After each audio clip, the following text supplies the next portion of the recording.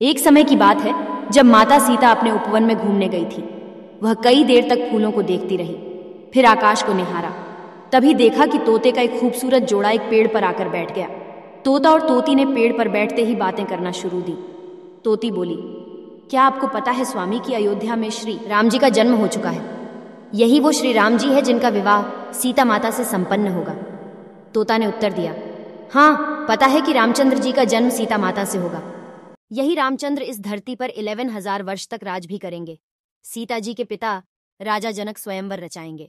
इस स्वयंवर में खूब सारे राजा महाराजा दूर दूर से आएंगे। वह सभी राजा जनक द्वारा रखे गए धनुष को तोड़ने में असमर्थ होंगे। फिर दशरथ के पुत्र श्री राम उस धनुष को तोड़ेंगे और सीता जी उनको वरमाला पहना देगी। सीता जी उनकी बातों को ध्यानपूर्वक सुन रही थी। सीता जी को बहुत उत्सुकता हुई अपने भविष्य को जानने की। वह उन दोनों के पास गई।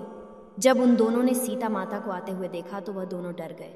वह डर के मारे उड़ने को तैयार ही थे कि तभी अचानक सीता जी ने उन दोनों को रोक लिया। सीता जी ने उन दोनों से कहा कि दोनों की डरने की बिल्कुल भी जरूरत नहीं है। सीता जी ने उन दोनों को आश्वासन दिया कि वही जनक पुत्री सीता है। उनकी यह बात सुनकर तोता तोती को चैन आया। सीता माता ने उनसे पूछा कि वह दोनों कौन से राजकुमार की बात कर रहे हैं। तब तोता और तोती ने बताया कि वह अयोध्या के राजकुमार और दशरथ पुत्र श्री रामचंद्र की बात कर रहे हैं। माता सीता ने पूछा कि जिस धनुष की तुम बात कर रहे थे, क्या उसे कोई नहीं तोड़ पाएगा? तो इस पर तोते ने कहा कि वह धनुष केवल रामचंद्र जी ही तोड़ पाएंगे। इसके बाद सीता माता ने पूछा कि उन दोनों को इतनी गहरी बात किसने बताई? तो तोता और तोती ने कहा कि उन दोनों को यह कथा महर्षि वाल्मीकि ने सुनाई। यह सारी बातें सुनकर सीता जी अपने आगे के भविष्य को जानने उत्सुक हो गईं। सीता जी ने उन दोनों से कहा कि वह दोनों उनके महल में ही रहकर उनके भविष्य के बारे में बताएं।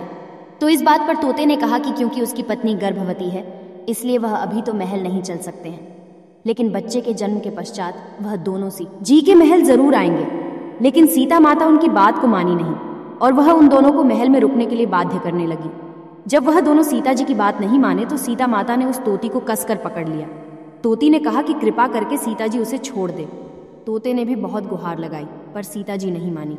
वह तोती को अपने राजमहल ले जाने के लिए उड़ गई। तभी तोती ने कहा कि वह आखिरी बार कहती है कि उसे सीता जी छोड़ दे, वरना वह उन्हें श्राप दे देगी। इस बात पर सीता जी ने कहा कि राजकुमारी को कभी श्राप नहीं लगता है। अंत में तोती ने श्राप दे ही दिया। तोती बोली कि जैसे आज एक गर्भवती को अपने पति से अलग रहने के लिए बोला जा रहा है, ठीक वैसे ही सीता जी को भी अपनी गर्भावस्था में अपने पति से अलग रहना पड़ेगा। श्राप देने के तुरंत ही बाद में उस तोती ने दम तोड़ दिया। तोते को अपनी पत्नी का बिछुड़न सहन नहीं हुआ। तोते ने भी सीता जी को श्राप दे दिया कि आने वाले समय में वह तोता ही एक इंसान के रूप में जन्म लेगा और वही श्री राम को सीता जी को महल से निष्कासित करने के लिए बाध्य करेगा। सीता जी ने हाथ जोड़कर विनती की कि वह अपना श्राप दोबारा ले ले, लेकिन तोते ने एक भी नहीं सुनी और वह वहां से उड़ गया। ये तोता वही धोबी था जिसकी वजह से माता सीता को महल छोड़कर जाना पड़ा था।